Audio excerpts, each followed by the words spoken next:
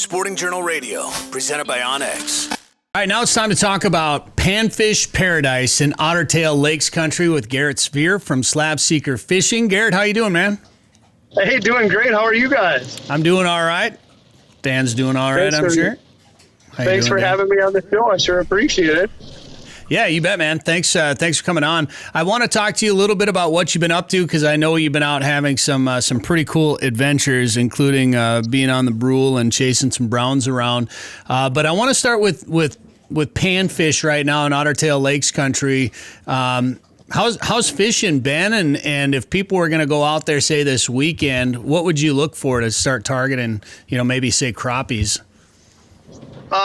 Those crappies, we're still catching them. The water temps are still pretty high, and so we're still catching them in the cabbage weed. Any of that broadleaf cabbage with the nice wide leaves are holding a bunch of fish. The best way to target them this time of year is trolling. If you can keep your boat moving with your bow mount or your trolling motor real slow, around a mile an hour, no faster than about 1.2 and no slower than about 0.8. You're gonna keep putting on some miles on the deep weed edge. You're gonna hit some pockets of that nice broadleaf stuff, and you're gonna have some success. So if you were to go out to any lake in Otter Tail County, I'd just get yourself on the deep weed edge and troll with plastics. This is the time of year when there's really no need to spend a bunch of money and have minnows in the boat. I would just troll with plastics. I really like a road runner jig, something with a little flicker blade on the bottom of the jig head, gives you a little more flash. But some days you're going to find those fish kind of suspended off the deep weed edge, and they're higher up in the water column, especially in the evenings. But don't be afraid to get right up on some of that cabbage and those coontail and those weeds as well on that deep weed line. And during the afternoon, you're going to find most of those fish right up in that stuff. And so if you can troll on top of it, cover some ground. And then, it's been kind of weird. Normally this time of year, the fish are really spread out, but lately they've kind of all been in similar spots too. So then once you hit some fish, you can hit the spot lock and kind of fan cast out, and cover some ground in that area where you're hitting those fish, and usually pick off quite a few more. Live bait is always nice, especially if your fish are finicky. But man, artificial plastics or hard baits or whatever you like to use, they've come so far and have become so effective. It's nice. We fish with plastics now all the time, whether it's putting a plastic on a jig or something like that, or just using some of those pre-rigged ones. But it's so nice not to have to deal with live bait, Garett.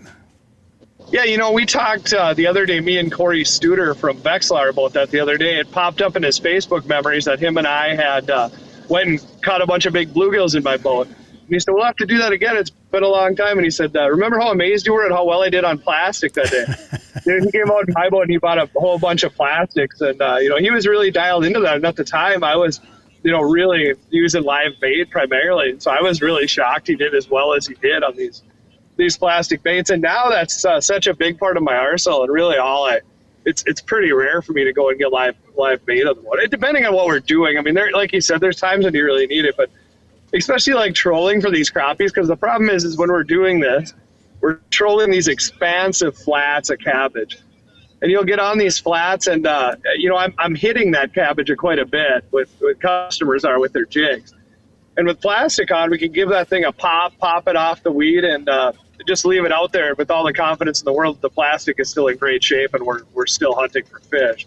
If you have live bait on, you got to reel that in and check it every time you hit a weed. You can't just give it a good rip and keep trolling, So just the efficiency of, how you can cover water without having to keep and it's even gotten that way in the spring for me. There used to be times when, shallow spring crappies in really cold water, how finicky those things can be sometimes, where I would still go out and fill the ingle full of crappie minnows so we had them if we needed them. But, lately, the last couple of years, I think I've proven time and time again to customers. I've had this spring, I even had some customers that bought their own and brought them, because I had kind of expressed to them before the trip that I'm not a live bait guy. And I think I proved to them time and time again that, somebody with plastics will outfish the person with live bait, at least 3 fish to 1, even in real cold spring conditions.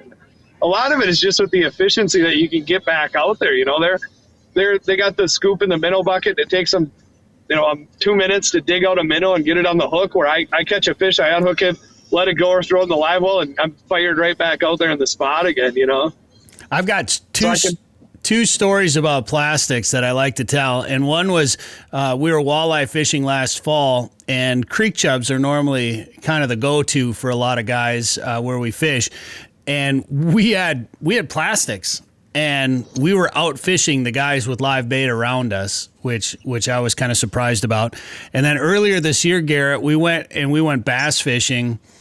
And while we were bass fishing, we decided to switch gears and fish for some panfish. There's some big bluegills, but we didn't really bring panfish gear. I guess I didn't really have a lot of small jigs or anything like that. So Dan, what were those? Like 1/4 ounce jigs or something like that with 4-inch. Straight up what I use to walleye fish. Walleye gear. So big jigs and 4-inch plastics, and we were catching bluegills on them, big bluegills, jigging on the bottom. That's awesome.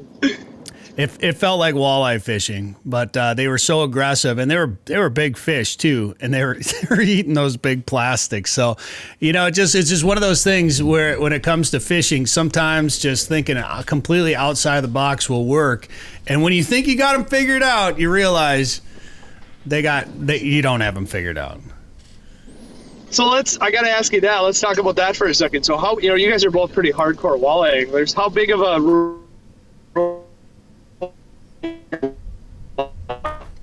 You found the rural part of Otter Tail growing County. more plastic Garrett. chicks than you want minnow?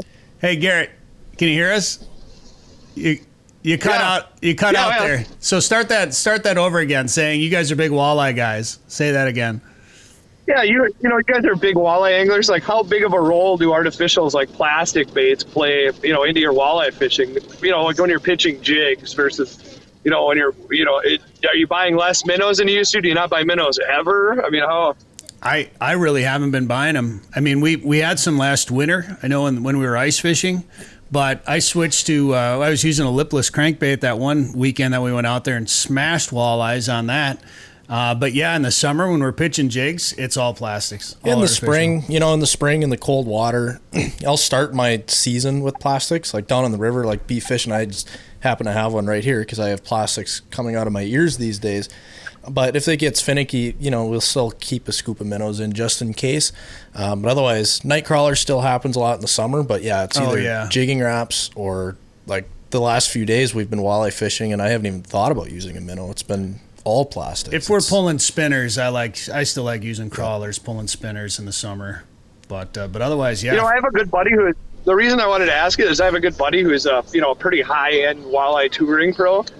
And him and I had this conversation recently, and it's just interesting to hear that, he likes to pull spinners with worm weight on top of the weeds for walleyes.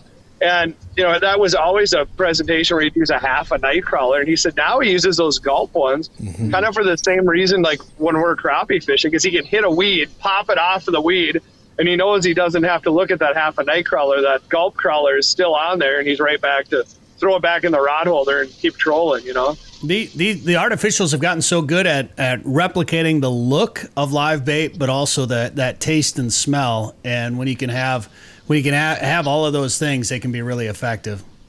So we're not. Is it raining, Garrett? Yeah, it's truly unbelievable. Yeah, sorry, I have kind of a big rainstorm here all of a sudden. You look scared. Just lost him. That's funny. All right. Well, we'll let you get back. Coming up here. We'll let you concentrate on driving, and I'll tell you what. We'll talk about Brule and the Browns next week here on the show. It's Garett Svir, Slab Seeker Fishing. Thanks for the time today on the show. Hey, thanks for having me, buddy. Hear more at sportingjournalradio.com or wherever you get podcasts. Did you know there are more than 1,000 lakes in Otter Tail County? Yep, and I'm gonna fish as many as I can. I'm an outdoorsy otter. Nothing beats a full day of fishing for me. The lakes of Otter Tail County give me plenty of options to lower my boat and snag the perfect catch. Not an outdoorsy otter? No problem. Otter Tail County has something for everyone. You just need to find your inner otter. To find your inner otter, go to OtterTailLakesCountry.com.